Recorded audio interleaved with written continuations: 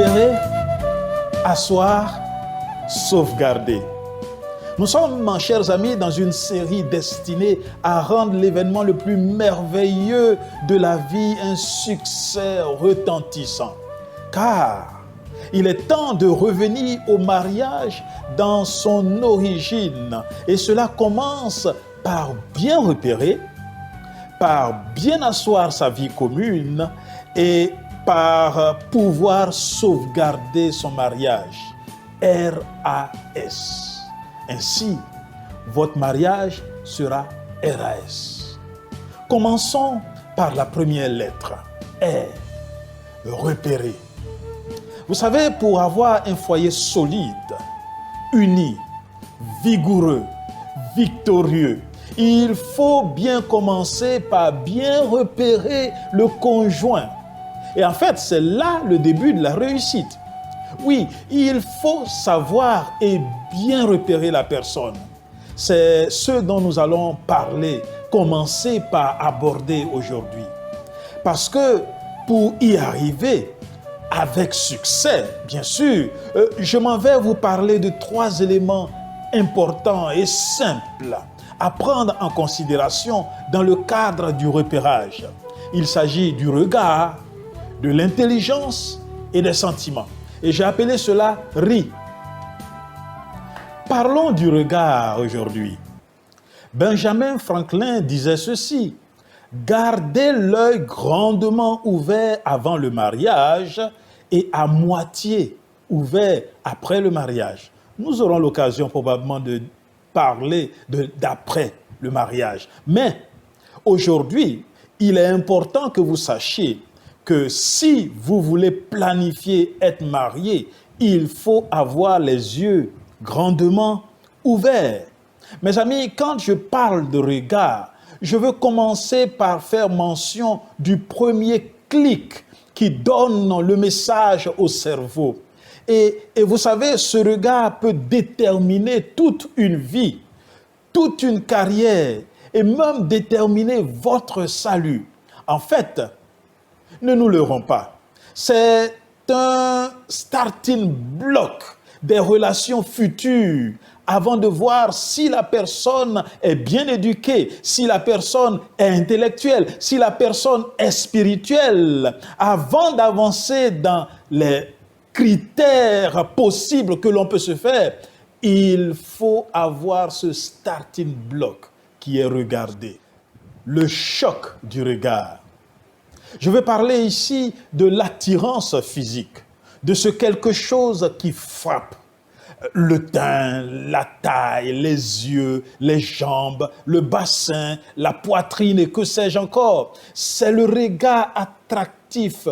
Et en fait, il existe toujours ce regard qui vous fait tourner la tête et regarder en arrière pour voir encore la personne partir. C'est un regard subjectif, c'est un regard individuel, c'est un regard qui dérange.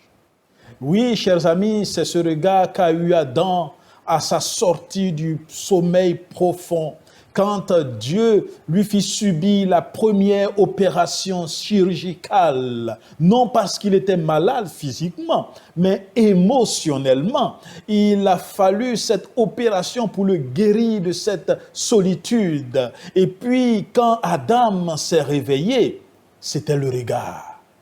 Il a vu cette merveilleuse créature. Et remarquez ce qu'il a dit dans Genèse chapitre 2, verset 23. Et l'homme dit, voici celle qui est os de mes os et chair de ma chair. On l'appellera femme parce qu'elle a été prise de l'homme. C'est cette marque du regard qui a frappé Adam. L'être au corps parfait que Dieu venait de créer. Chers amis, ce premier regard ne doit pas être balayé du revers de la main.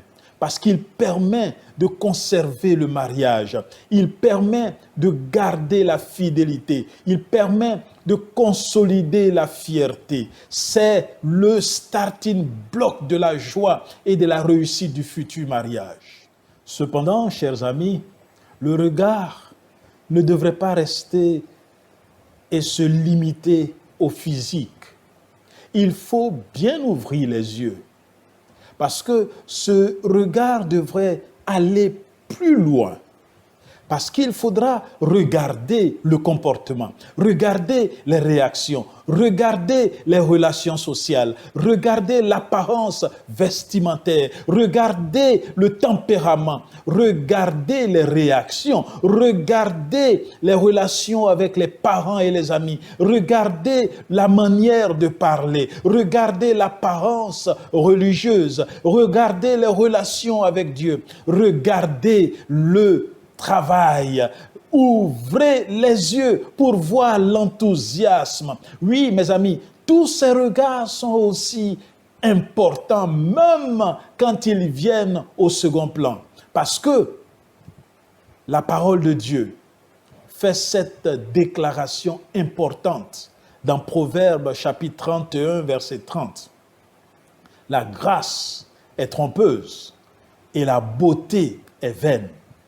La femme qui craint l'Éternel est celle qui sera louée.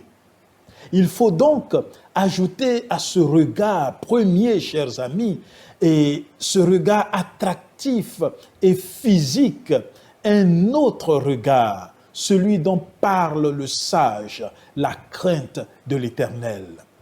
Alors, si vous êtes en quête du repérage, du véritable repérage, il faut regarder.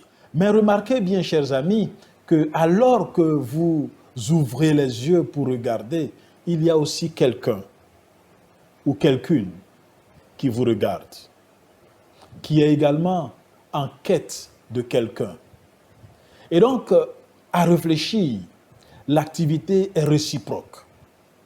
Plus vous regardez, et plus on vous regarde. Alors, cherchez à avoir les qualités que vous recherchez en l'autre.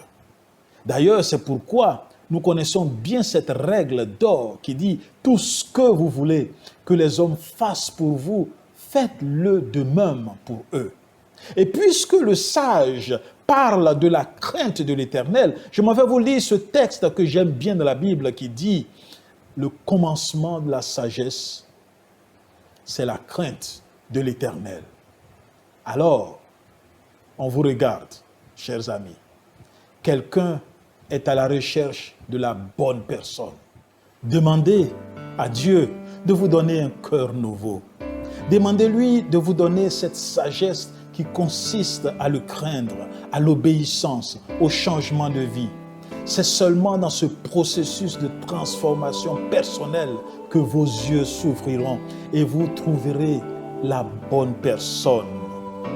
Il y a cet adage qui dit « Le mariage est plus que trouver la bonne personne.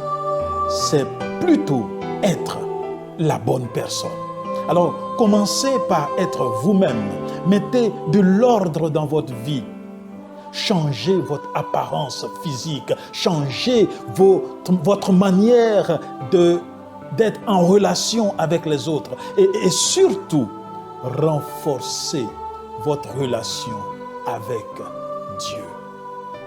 Cherchez à suivre ces enseignements et non seulement vous allez repérer la bonne personne, mais vous serez également repéré par la bonne personne. Chers amis, la prochaine fois, nous resterons dans le repérage, mais nous parlerons surtout de l'intelligence. Et vous verrez en quoi l'intelligence est importante dans le repérage pour une vie meilleure. Alors, soyez nombreux à vous connecter à 11h45. Et surtout, n'oubliez pas de partager. Merci et à bientôt.